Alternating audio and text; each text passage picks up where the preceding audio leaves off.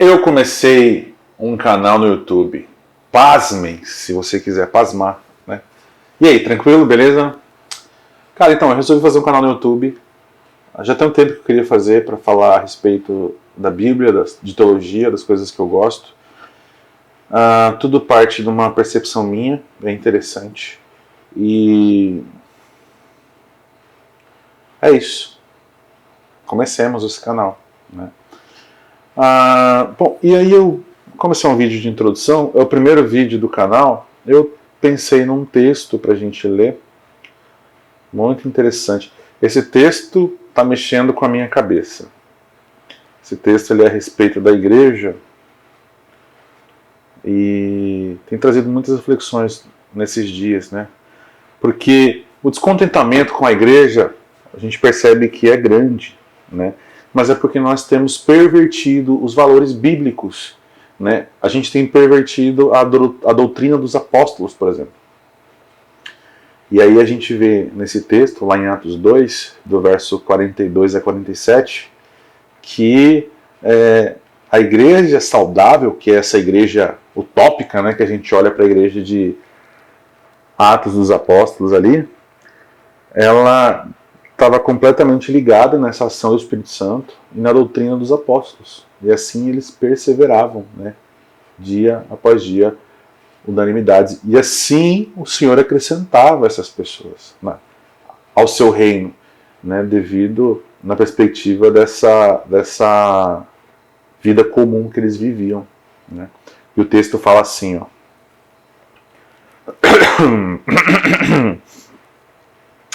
Perseveravam na doutrina dos apóstolos, na comunhão, no partir do pão e nas orações. Em cada alma havia temor, e muitos prodígios e sinais eram feitos por intermédio dos apóstolos. Todos os que creram estavam juntos e tinham tudo em comum. Vendiam as suas propriedades e bens, distribuindo o produto entre todos, à medida que alguém tinha necessidade.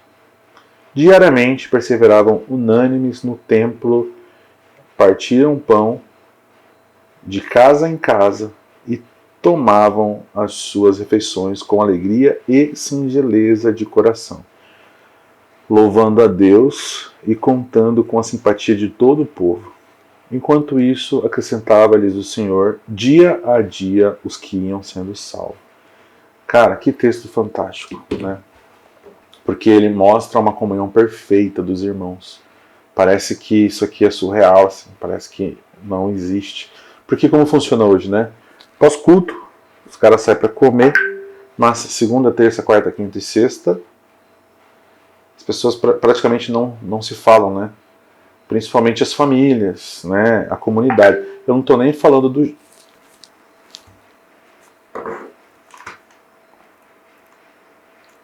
Estou nem falando do jovem em si, eu estou falando mais da comunidade em geral, né? Porque o jovem ele sai para comer, às vezes vão no shopping, saem para comprar alguma coisa. Os jovens, enfim, estão mais conectados um pouco, mas a comunidade em si não. E esse aqui, né, era uma característica da comunidade inteira, né? Por quê? Porque antes a gente vê em Pentecostes, né, ali um pouquinho antes, no início do capítulo, a ação do Espírito Santo não foi só trazer poder, mas foi superabundar o amor, né, e a comunhão entre eles, né, a união. E o texto aqui fala uma coisa bem interessante, aqui no capítulo 40, no verso 44, todos os que creram estavam juntos e tinham tudo em comum. E o que isso significa de fato? Tudo em comum. Significa que eles estavam sempre juntos, né, e ninguém sofria sozinho, ninguém chorava sozinho. Ninguém também ria sozinho, né? Ninguém lutava sozinho, de fato. Todos estavam juntos nas dificuldades, nas alegrias, nas tristezas, compartilhando cada momento. E isso era muito interessante de se ver no texto, né? O texto também fala que eles vendiam as suas propriedades e distribuíam conforme a necessidade dos necessitados, né? E aí a gente para perceber aqui que a palavra certa é generosidade mesmo, né? As pessoas tinham generosidade no coração. Era impossível ver o irmão precisando, né? E aí você ter lá um recurso sobrando e você deixar o seu irmão nessa necessidade, né? E aí o texto também fala que eles perseveravam diariamente, né? Unânimes no templo e partiam pão de casa em casa. E aqui é o auge da coisa. Ser igreja não é ir no culto de domingo. Pasme. Não estou dizendo que não é importante no culto de domingo. Claro que é.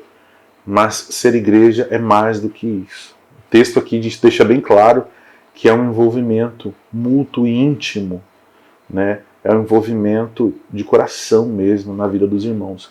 E aí o desafio que a gente recebe desse texto é, além da gente ter que ter o interesse de se envolver com os irmãos, a gente precisa ainda deixar os irmãos se envolverem conosco, de fato, né? Porque uma coisa é você ir na casa de alguém e saber o que está acontecendo lá. Outra coisa é você deixar as pessoas saberem o que está acontecendo com você, de fato, né? E aí esse é o desafio para a gente como igreja, né? Confiar no apoio mútuo dos irmãos. Eu sei que a igreja hoje é um pouco difícil, né? Mas a gente tem aqui uma receita de bolo que é sucesso, né? Veja como a igreja se comportava, né? Também diz o texto que eles tinham singeleza. Para o judeu era muito, não, para um judeu receber alguém em casa para uma refeição tinha muito significado mesmo, né? Era uma coisa muito importante, de muita intimidade. Para nós, ainda mais no contexto aqui do Brasil, talvez não seja tão importante assim, né? Geralmente você recebe uma visita em casa, você já fala, fica para o café. Se a pessoa se demorar mais um pouquinho, você fala, não, a gente vai fazer janta, fica aí, janta com a gente hoje, né? Mas para um judeu não era uma coisa comum.